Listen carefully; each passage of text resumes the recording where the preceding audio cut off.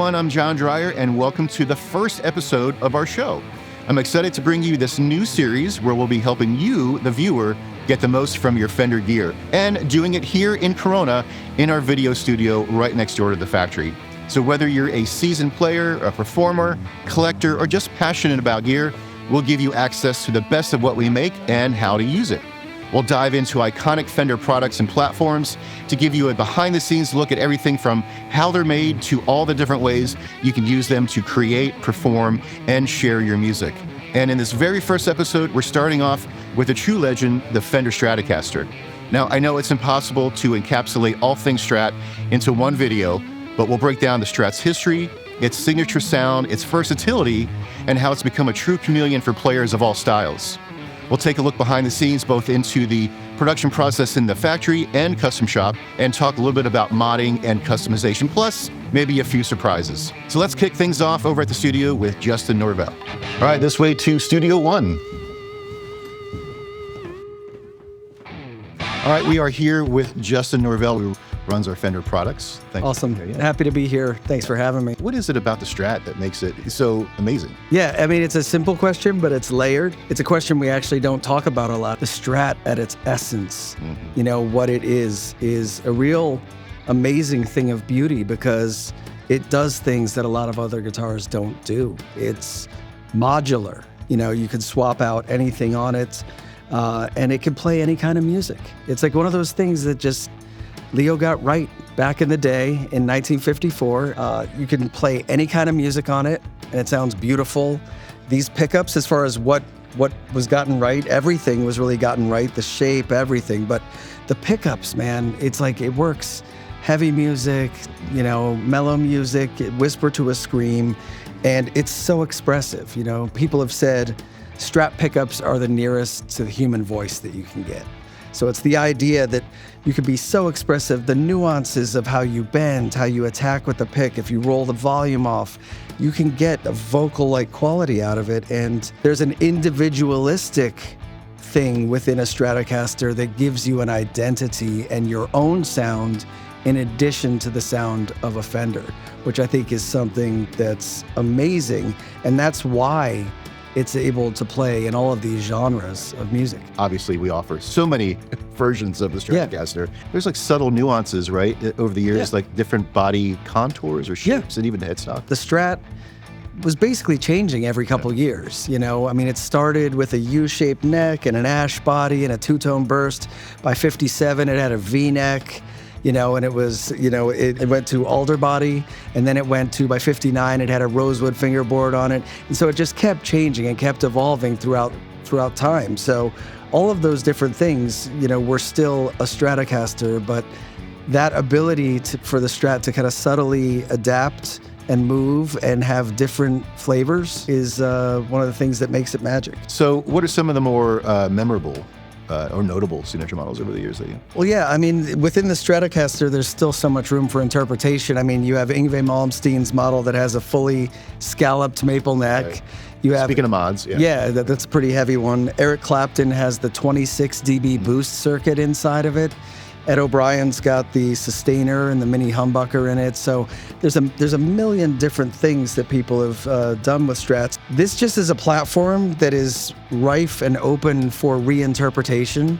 And, you know, we always learn something when we go on that journey. So we love doing signature models because you get a new angle or a new take or trajectory on someone's view of the Stratocaster and what it is. And I think that ability to reinvent itself all the time is what keeps it relevant. Fender, for a long time, a Stratocaster was the Stratocaster in the catalog. That was it. It had 3 single coils, and that was it. And, you know, the first ones, it was a 3-way switch. So, like, those middle positions were found by artists. Right. You know, it's so known. You try to like balance it in that middle position. Yeah, like they would jam, people would jam things in there and like try to make it so they could like lock it in between. And that's, talk about like just a happy accident, because that wasn't even a sound they're going for. And that's one of the most, that's Sultans of Swing. That's all of these different songs. It is those middle positions, and there's almost no guitar more versatile than a Strat with a humbucker in the bridge. And that was something that people were doing before Fender was doing it. And so really a lot of what we offer now in our line is reflections back of what people were doing and telling us they wanted out of our guitars. Right. And that's how we do it to this day. So the beauty of, having a Strat, right? You own the Strat, but kind of in the back of your mind, you're like, I know that down the road, if I want to change the pickups, if I want to change the neck, the tuners, the color of the... It's a lifetime guitar. Yeah. It literally... I'm getting into progressive metal. You could put active, You're getting heavy. No, I am not. But I'm saying, Okay. if one was, right. If one was to get into progressive metal, you could slam, the high output active humbuckers in here, and then you get into jazz, and you can go the completely other way. You can just experiment with mods. There's no shortage of things that one can do with all this stuff. Player 2 mod, right? You can add the neck pickup. Yep. Whatever. Yeah. You can. So, that's again, crowdsourcing and seeing what people do. Yeah. And that's where it comes from. So, all right, Justin. Well, thanks for joining us today. I know you have to get out of here, so I'm gonna let you go, but I'm gonna have you back another time. I hope you're gonna come back and maybe talk about tellies or progressive metal. Who knows? Always happy to talk guitars. What is John Dreyer doing in here? Hi, what's up? What are you doing? What are you doing? We're looking at Player 2 mods, of course. I was just saying 17-year-old John Dreyer would have been just besides himself with his guitar because the Floyd Rose and the HSS and the noises. I mean, it's just so cool. And geez, we should just use this as a segue for the Al and Lemmo piece. Strats are easily modifiable, right? So totally. Well, that's what's fun about them too. I got an HSS. See what we got here. Oh, this is a weapon right here. Yeah, you got the Floyd. Yeah, and that's another thing. I mean, a whole nother area of the Strat that kind of opens up. So now we're kind of headed more towards the 80s, and Van Halen has arrived. And but you still get those single coil sounds, and this one obviously has noiseless pickups. Let's take a listen. Yeah, totally different bar. It's cool though. But still, if you want to, the thing for me is I really like to be eclectic with my playing. So I love having that single coil in the neck is always a thing for me. I don't know why, it just gets more texture for me. And then I'm a big fan, of course, when I'm rocking to have that humbucker in the bridge, which, you get a little bit more punch.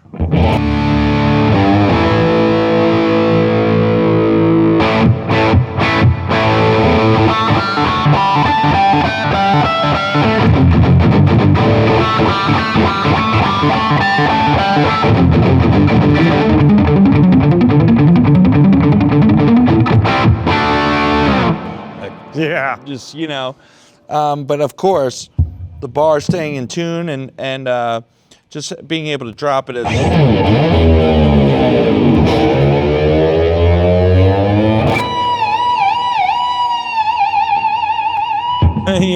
Yeah. I mean, it's that's too much fun. The Floyd allows you to stand on the bar and it'll stay right in tune. So I think what we've got here are two of the new Player 2 modified instruments. So that's another great thing we kind of briefly mentioned is that Strats can easily be modified. Yes. So it's not just versatile tone-wise, but you want to change up from 3 single coils to a humbucker.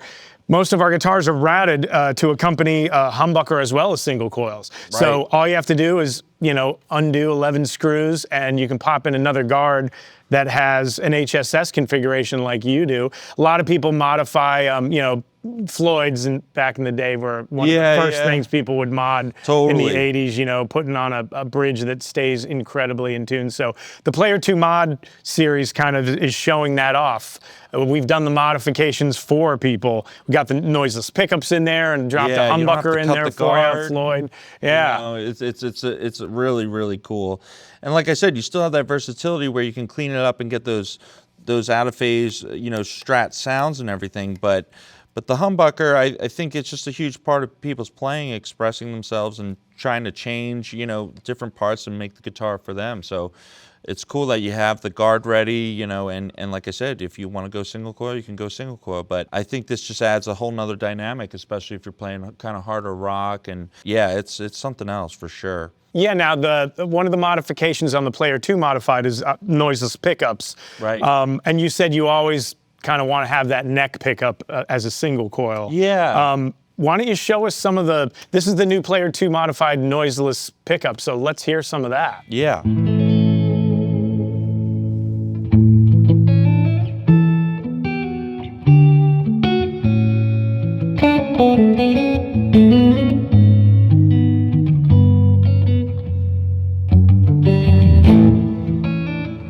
Very clean.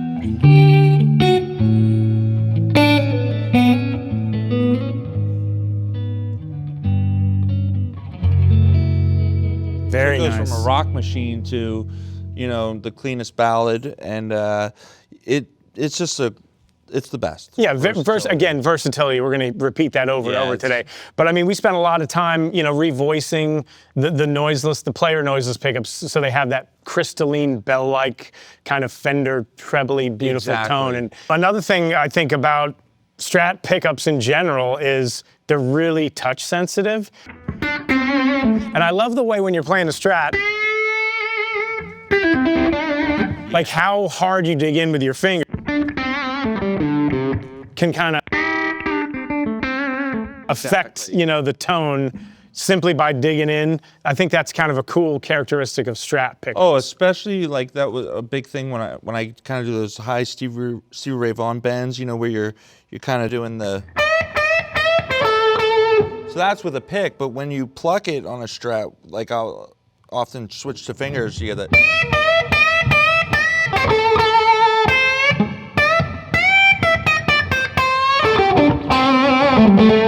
So it responds to both the pick and the finger totally differently. Yeah, which a lot of guitars don't pick that up. Yeah.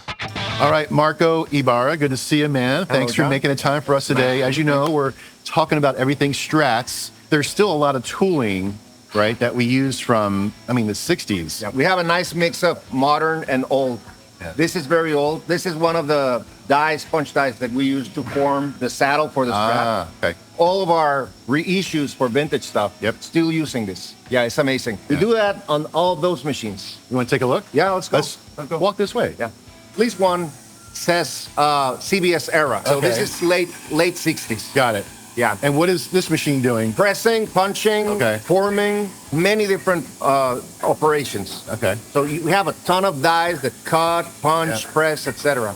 Some of the guitars that are floating around from the 60s and are like sharing the DNA, essentially, with guitars that we're making today, right? It's amazing because when you buy one of those guitars, you get a little piece of history. As we use also very old machines, we're using newer technology. This is a CNC machine, and we use it to cut metals. In this case, right now, we're cutting a Strat block, bridge block. Very precise. We can do a bunch of at a time. So we do it here, then secondary operations on those older machines we just saw. All right, so we're here at the mill. I think I know what happens at the mill, right? Yeah. So we're routing bodies, we're routing necks and sanding. So before we go in, I do want to ask, like, as far as Stratocasters go, what are the additional procedures or steps that we take for Strats that we don't with the other guitars? Basically, I would say contours, belly cut, armrest. That's a key feature for a Strat that, for example, a Telly doesn't. Got it. Let's head on in. Let's do it. This is next. The wall where we have a lot of the samples. They use it to, measure radius, to see headstocks, dimensions, etc. This is the reference. So this is the place where we're doing the side of. As you can see, we do it manually, one by one, on these specific models, which are vintage side. Blackmore, Stratocaster. Let's go and see some bodies. So this is a machine where we're cutting bodies. Okay. You can see already some of the progress on this side. Okay. We're gonna cut the top of it. So in the blank itself, the contour, it's done before. Oh, okay. Okay, got it. Okay. We do it on a CNC, then we carve the perimeter and all the cavities. Got it. Okay. And then we're left with something like this right here. Yeah. So that's done. This is done, and then we do the sanding and Yeah. get it all smooth. Standing and ready to go. Probably a 65 Strat. Very cool. Yeah. All right, so I know we did a very brief run through in the factory looking at different parts of the production of a Strat. These are guitars about to make their way through final assembly, right? So Yeah. it kind of gives us a good example. If I was to pick this one up, we have the routing, so you have 3 single coil pickups. Now, be perfectly happy with that amazing 3 single coil Strat, but if you wanted to upgrade humbucker in the bridge or neck, you'd have to do some additional routing. Exactly. But our more modern models, Yeah. right? These are what, Ultras This is or? an Ultra too. There you go. Yeah, so this one here is prepared with an HSH Right. routing. So even though we just offer the Triple S or the HSS versions stock, Yep. but the customer can do whatever they want. They can do HH, HSS, HH, whatever they want. At some point, right, you might decide, I want a single humbucker in the bridge, I want a single humbucker in the neck, or HH, or any of those options. You can have those additional pick guards and swap them as you prefer, and different sounds and different tones. Any Yeah. color, any Yeah. any look you like. So it's very flexible for So people. very moddable, easy for upgrades, and Easy for upgrades. Yeah. Yeah. It's the beauty of a Strat. Excellent right? platform for a lot. Yeah. Right. All right, Marko, thanks so much, man. Appreciate it very much. Thank you, John.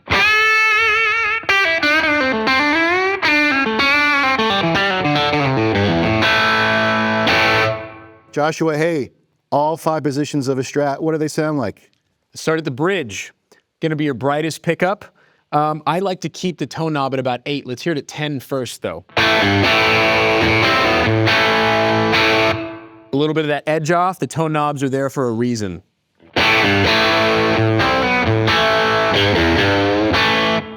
It's subtle, but when you're playing, it makes a difference.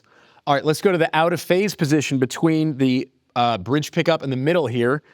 This is an excellent position. It can be a little hard to get to in a live setting, but in a studio, it can be a lifesaver. You get a little bit more of that phasey, hollow sound. So.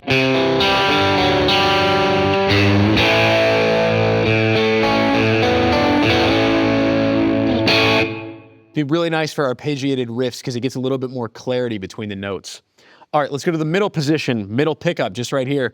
This is a great place to go if the bridge pickup is giving you a little bit too much brightness, the in-between ones are a little too phasey and odd sounding, and the neck pickup gets muddy. The middle is perfect for this, and it's easy to get there in a live context more so than the in-between ones. Here we go.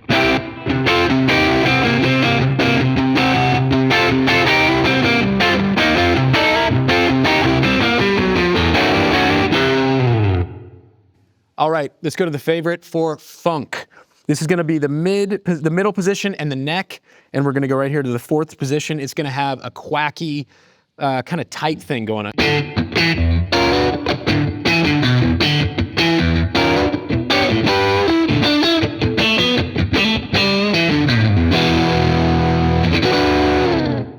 One of my favorites, excellent in the studio. Again, it's a little hard to get there when you're in the heat of the moment when you're playing live. Now let's go to the neck, which is something I use a ton on a Stratocaster. And once again, going between the bridge and the neck are really easy in a live setting when you're kind of just flailing away. So the neck is going to give you that classic Strat sound, that kind of juicy waterfall sound that I love.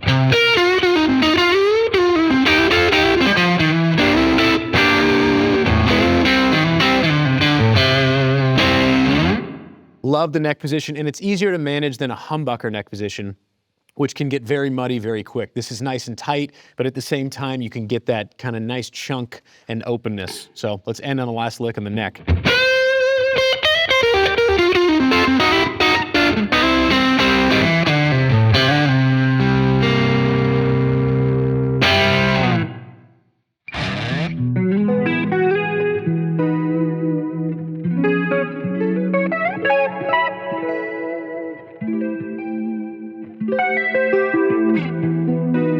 What do you got, Strat? What do you Yeah, got? I got a Strat in here.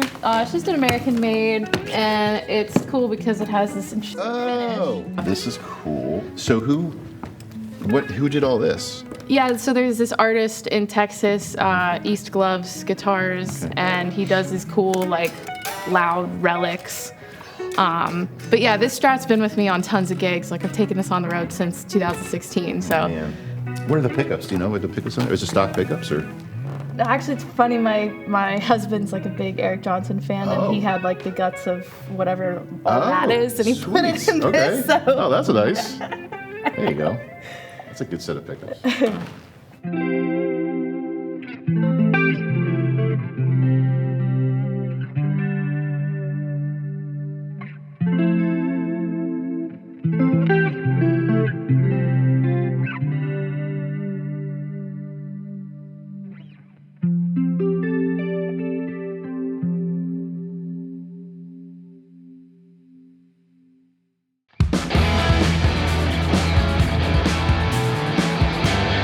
Hey, Paul Waller. Hey, how's it going, man? Hey, well, Strats, perfect timing, right? So I don't know if you know, we're doing this new show, and this is our first episode about Strats, and I thought I'd come over and find out what you're working on, and magically, you're working on a Strat. What is this you're working on? Occasionally we make Strats. This is a customer order, something I've been developing for a little while now as a humbucker. Okay. It works well with the single coils. Yep.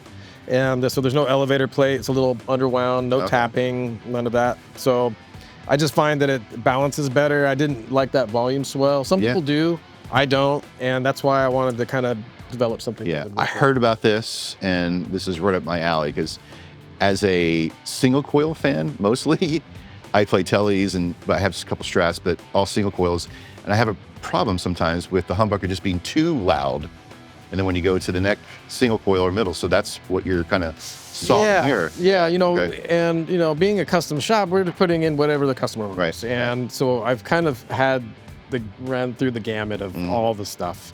And it was just never something that I would want for me. Sure. And so I thought what would be cool is to have a Fender sounding humbucker that worked with the single coils. And so, I just kind of started throwing baloney, and I stumbled upon kind of a nice middle of the road, and now I can manipulate it up and down kind of where I want. So I haven't had too many orders for them, but those that have gotten them said they love them. So it makes me happy.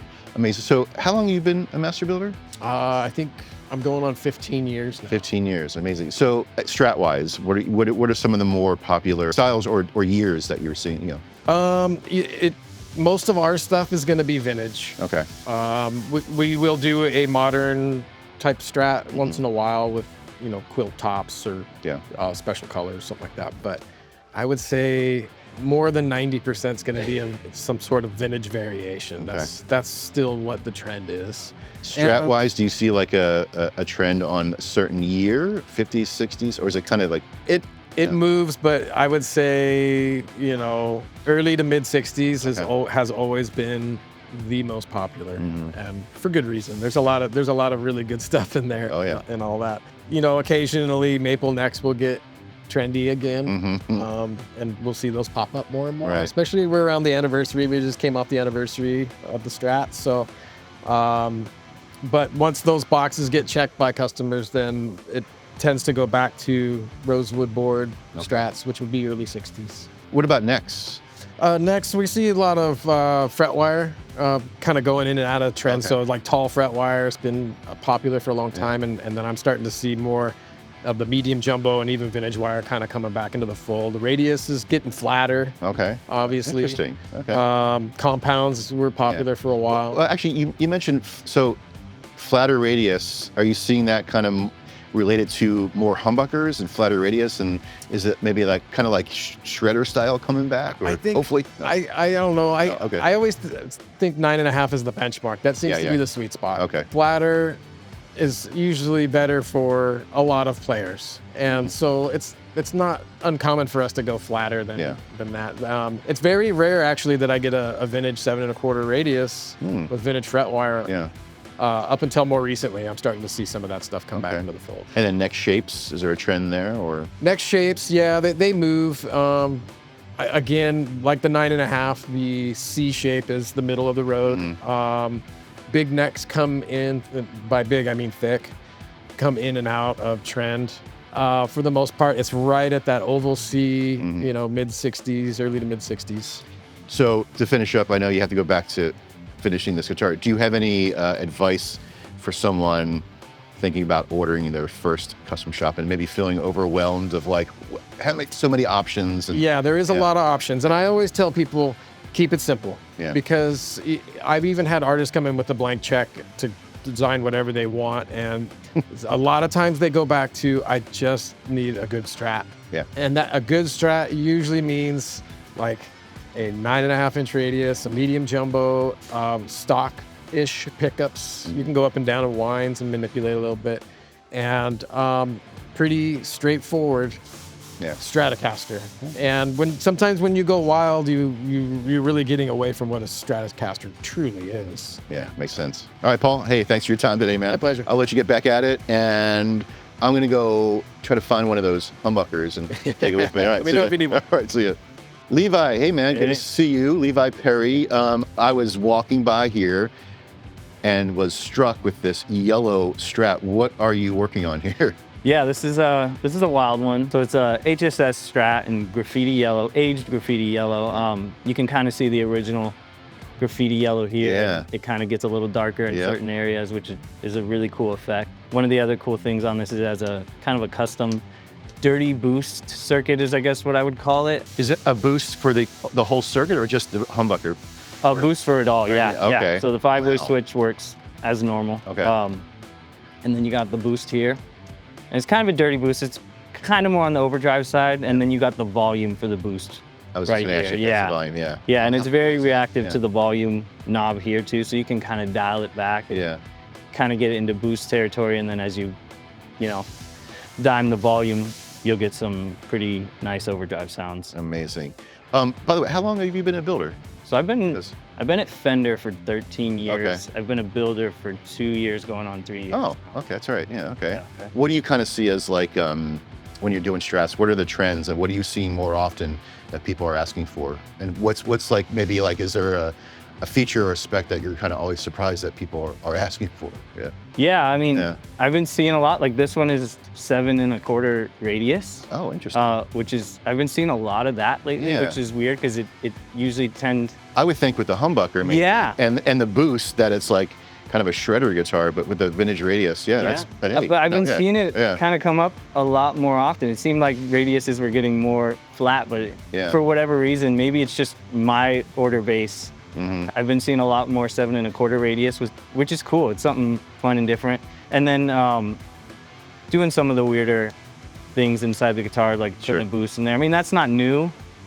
We've done it before, but just kind of because this one's a custom circuit, it opened the door to kind of get a little more creative and do something new, which is what I'm always excited about. But as far as the trends, everyone's different with the Strat they order because we're building to a customer spec. It's kind of like they get to take what may look like their dream Strat, right? But change some of the specs and make it a little different than a vintage one. So these might look, classic and vintage, but there could be specs on it like compound radiuses and things like that where you get to change it a bit. And obviously, they're gonna play like a dream. Oh yeah, totally. A lot better than some of the old vintage Strats. Well, hey Levi, I appreciate your time. I'll let you get back at it, and we'll stop by and see you again soon.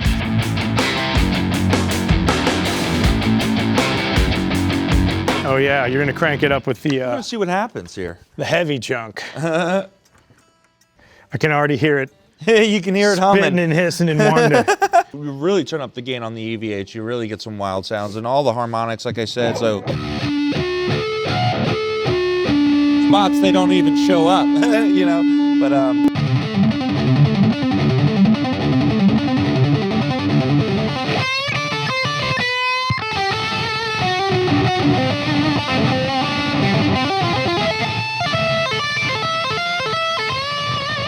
so I mean, then you just go straight rock machine, which this one has the EMGs, and I love the one volume knob, kind of like a a straight to the point, concept. And this will just take you to the no pun intended, the stratosphere there. Yeah. So we've grabbed, you got the Jim Root Stratocaster and I got the Tom DeLonge Stratocaster here. Both these guys are like, I just need a volume knob and an awesome pickup. So yeah, EMG's super hot, incredible chunk, but still maintaining some really good string-to-string note clarity. Yeah. It's a perfect example of a super modified Strat. It's like a hardtail. Totally. Locking tuners, no dots on the front. So this is just like another version of a Strat. It's just illustrating how much you can modify the thing. One volume knob is really cool, but it's just kind of adds, like my pedal board, I don't really set too much gain on it, and this just kind of really takes it over the top.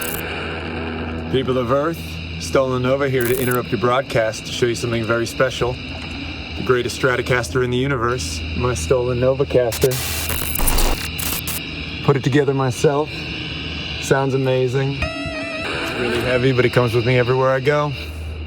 Just wanted to share it with you. Okay, you can go back to your broadcast now.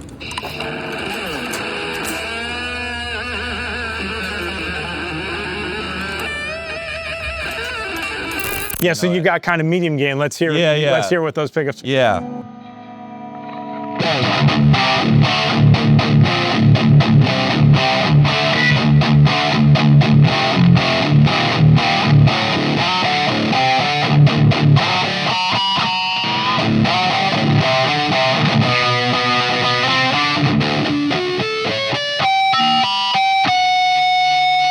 Every harmonic in the world is on there, so it's just really, really cool. And then I'm sure the neck pickup, you get that kind of more like woofy kind of sound. Let's check it out.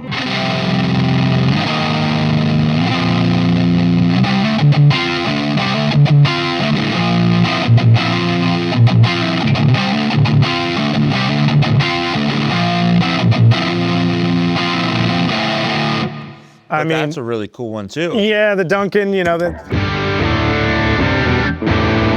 it's a little darker. A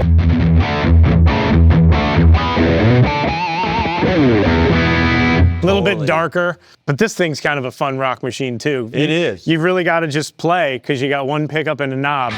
So just another example of the different forms that the Strat can take. Exactly. Different tones, different sounds, different feels. Exactly, and plugging it through an EVH, like a straight up half stack. Yeah. And it just that sounds so good. Yeah, it's such a cool You got to sound. play some more chunkage there for us. Yeah, man. no It's problem. So good. Kind of starting with on the edge of breakup. Yes. And then I'll crank you up into the next All channel. right, sounds good. Let's check it out.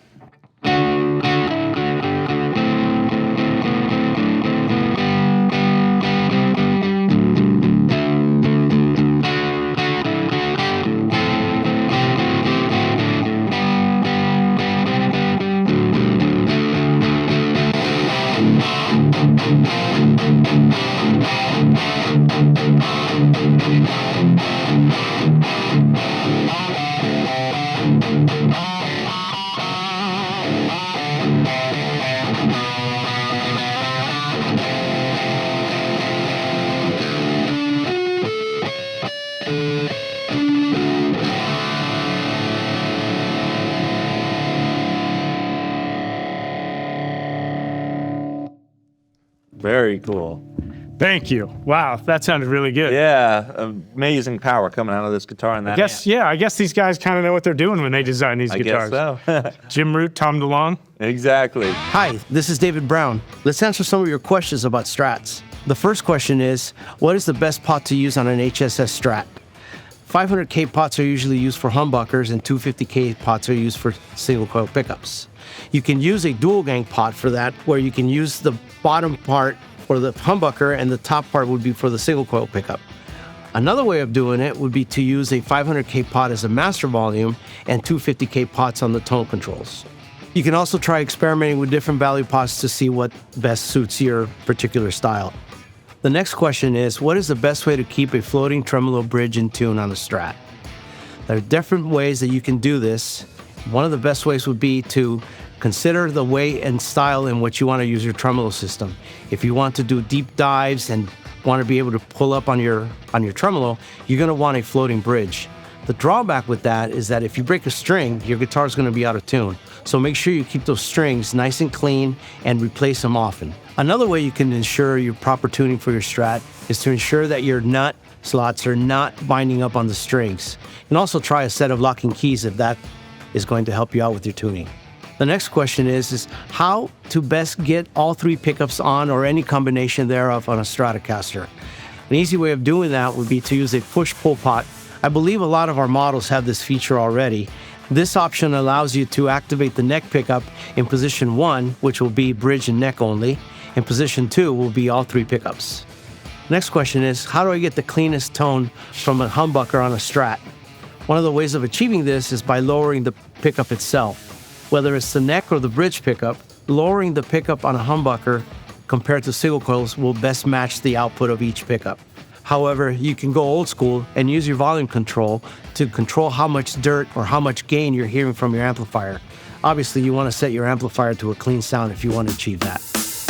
And there you have it, the Fender Stratocaster. It's clear why this guitar has remained a favorite for players across all genres for decades. I know today we've only scratched the surface with stories around one Fender instrument, but as I mentioned earlier, in the episodes to come, we'll give you all access to more behind-the-scenes moments here in the studio, the factory, and Fender showrooms around the world. Don't forget to tune in for more episodes and head over to Fender.com to learn more about the gear featured in this video. So thanks for watching, and we'll see you next time.